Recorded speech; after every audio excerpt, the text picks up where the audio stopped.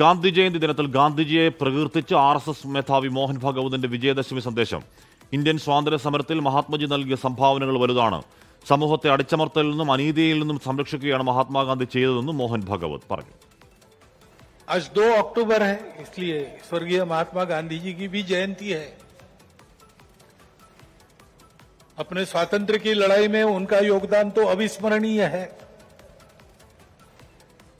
परंतु स्वतंत्रता के बाद भारत कैसा हो, भारत का जीवन किस प्रकार के तंत्र से चले, उसके बारे में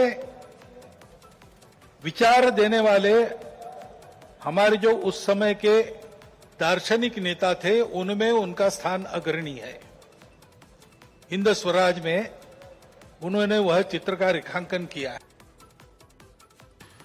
ശ്രീനാഥ് ചന്ദ്രൻ വാർത്തയുടെ വിവരങ്ങൾ വച്ചിരുന്നു. ശ്രീനാഥ്, എപ്പോഴും ഗാന്ധി വധത്തിൽ പരോക്ഷമായി ഈ പറയുന്ന RSSന്റെ ബന്ധം എല്ലാ കാലത്തും ഓരോരുത്തർ പറയുന്നുണ്ട്.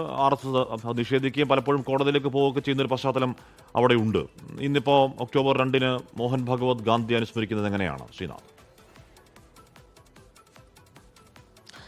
ഹാഷ്മി, ഗാന്ധി ജയന്തി ദിനവുമായി ബന്ധപ്പെട്ട ആഘോഷമായിരുന്നില്ല. നാഗ്പൂരിൽ RSSന്റെ വിജയദശമി റാലിയാണ്. ഇത്തവണ ഇതിന് പ്രത്യേകതയുണ്ട്. 100 വർഷം RSSന് തികയുന്ന ദിവസം കൂടിയാണ് ഇത്തവണത്തെ വിജയദശമി ദിനം. അതുകൊണ്ട് പതിവ് വിജയദശമി ദിന ആഘോഷങ്ങളെക്കാൾ കുറച്ചേറെ RSSനെ സംബന്ധിച്ചിടത്തോളം പ്രത്യേകതയുള്ള ഒരു ദിനമാണ് ഇന്ന്. ഏതായാലും നാഗ്പൂരിലെ പ്രസംഗത്തിൽ അദ്ദേഹം ഗാന്ധി ജയന്തി ദിനം കൂടിയാണ് എന്നത് ഓർക്കുകയും ഗാന്ധിജിയെ പ്രകീർത്തിക്കുകയും ചെയ്തിരിക്കുന്നു. സമൂഹത്തിൽ അനീതിയും അടിച്ചമർത്തലും ഒക്കെ അവസാനിപ്പിക്കാനായി ഗാന്ധിജി നടത്തിയ ശ്രമങ്ങളെ, സ്വാതന്ത്ര്യ സമരത്തിൽ ഗാന്ധിജിയുടെ പങ്കിനെയൊക്കെ അദ്ദേഹം എടുത്തു പറഞ്ഞു. മാത്രമല്ല, ഇപ്പോൾ നമ്മൾ കേട്ട വാക്കുകൾ പോലും അതുണ്ട്. അദ്ദേഹം പറയുന്നു, രാജ്യത്തിൻ്റെ മുന്നോട്ടുള്ള സ്വാതന്ത്ര്യത്തിന് ശേഷമുള്ള യാത്രയെ നിർണ്ണയിക്കുന്നതിൽ, അതിൻ്റെ ആശയ രൂപീകരണത്തിൽ പ്രധാനപ്പെട്ടത് ഗാന്ധിജി മുന്നോട്ട് വെച്ച ആശയങ്ങൾ തന്നെയാണ് എന്നതും അദ്ദേഹം പറയുന്നു.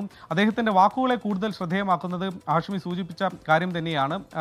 ഗാന്ധി വധവുമായി ബന്ധപ്പെട്ട് ആരോപണങ്ങൾ ഉയർന്നിട്ടുള്ള സംഘടനയാണ് RSS. 48-ൽ ആ സംഘടനയെ നിരോധിക്കുന്നതിൽ വരെ കാര്യങ്ങൾ എത്തി. പിന്നീട് അടുത്ത വർഷം ആ നിരോധനം നീക്കുകയും ഒക്കെ ചെയ്തു.